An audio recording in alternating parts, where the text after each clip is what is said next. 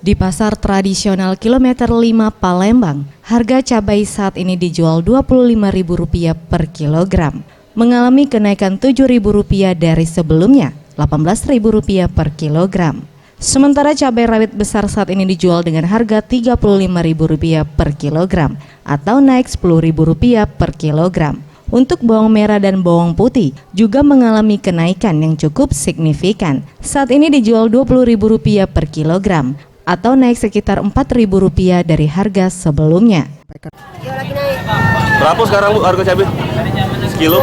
25. 25. Berapa hari yang lalu naik Bu? Ya baru 3 hari. Baru 3 hari ini. Sebelumnya berapa sempat? Sebelumnya sempat 18. Tidak hanya harga cabai dan bawang yang mengalami kenaikan harga, untuk buah impor seperti apel hijau, apel merah dan pir madu juga mengalami kenaikan, rata-rata sebesar Rp5.000 per kilogram. Naik apel hijau naik, apel merah naik, pir madu naik, lengkeng naik. Itu buah impor Pak ya? Buah impor. Tim Liputan Sriwijaya TV.